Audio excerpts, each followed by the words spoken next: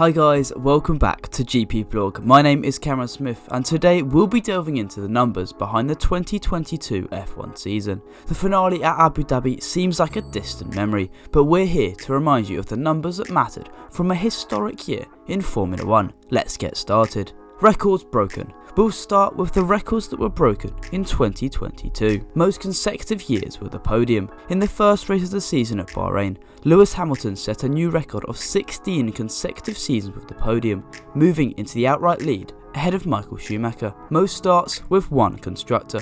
Another Lewis Hamilton record, he overtook Michael Schumacher again for the most race starts with one single constructor, beating the former Ferrari driver's record of 179 in 2022. Most red flags in one qualifying session. Now this is a slightly bizarre one, but there were 5 red flags shown in Imola qualifying, the most in Formula 1 history. Longest F1 career, Fernando Alonso broke Michael Schumacher's record of 21 years, 3 months and 0 days with his appearance at the 2022 Azerbaijan Grand Prix. Most kilometers driven in Formula 1. Another record broken by Alonso. This time, he set a new record of 92,643 kilometers driven in F1 at the British Grand Prix. Most wins in a season. Max Verstappen won 15 races in 2022, breaking the record of 13 previously held by Sebastian Vettel and Michael Schumacher. Most points in a season. With more races than ever, plus the addition of sprint races, it's no surprise to see this record tumble. Verstappen scored 454 points in 2022,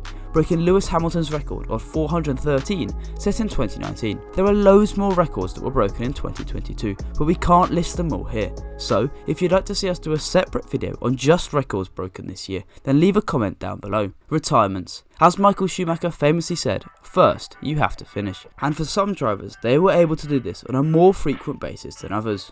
In joint first for retirements in 2022 was Fernando Alonso, Valtteri Bottas and Carlos Sainz on 6. Next came Alex Albon, Nicholas Latifi, Kevin Magnussen, Yuki Tsunoda and Zhou Guanyu with 5. Interestingly, no driver had 4 retirements in 2022, while Charles Leclerc, Pierre Gasly, Sergio Perez, Lance Stroll, Sebastian Vettel and Daniel Ricciardo each had 3 retirements in 2022. Lando Norris, Mick Schumacher, Max Verstappen, Esteban Ocon and Lewis Hamilton ended the year with 2 DNFs, while George Russell suffered just 1 retirement all year. Points per points finish. A slightly odd and weird set of statistics, but essentially how many points did each F1 driver get when they finished inside the top 10 in 2022? Obviously, this excludes finishes outside the points, and also excludes sprint races. So how many points did each driver gain on average every time they finished in the top 10? Max Verstappen tops the list with 22.47 points per points finish, a huge advantage over Sergio Perez and Charles Leclerc, who were tied on 15.31 points per points finish. Leclerc's Ferrari teammate Carlos Sainz finished with 13.41 points per points finish. Next came the Mercedes duo of George Russell and Lewis Hamilton, who couldn't be separated by much, just like in the actual championship. Russell finished just ahead with 12.61, while Hamilton scored 12.21. The best of the rest, Lando Norris was 7th with 6.44 points per points finish, while Mick Schumacher surprisingly performed well when he finished in the top 10. Despite losing his Haas seat for 2023, Mick scored 6 points per points finish in 2022, but his lack of overall point scoring finishes may have led to him being dropped. Fernando Alonso scored 5.7 points per point finish, just ahead of Esteban Ocon's 5.56, Valtteri Bottas's 5.4 and Daniel Ricciardo's 5.2. Pierre Gasly and Sebastian Vettel could hardly be separated, with the Frenchman just on top with 3.83, so the Germans 3.7. Kevin Magnussen scored 3.33 points per points finish. Lance Stroll was 16th, but his P6 finish at Singapore saved him. With that result, he scored 2.25 points per points finish, but without that result, he would have averaged just 1.42 points per points finish in 2022. Nicholas Latifi and Yuki Tsunoda both averaged 2 points every time they finished in the top 10, while Zhou Guanyu's 1.66 score was only better than Alex Albon's 1.33. Q3 appearances. The third phase of qualifying is the most important, but how often did every driver reach Q3 in 2022? Max Verstappen and Carlos Sainz were the only 2 drivers to reach Q3 in all 22 races. Charles Leclerc made it in all but one race, the Canadian Grand Prix. As a result, he reached Q3 21 times in 2022. Next up is Lewis Hamilton and Sergio Perez on 20 appearances in Q3. closely followed by George Russell with 19 and Fernando Alonso with 18. Lando Norris is next with 16, while Esteban Ocon is 9th with just 11.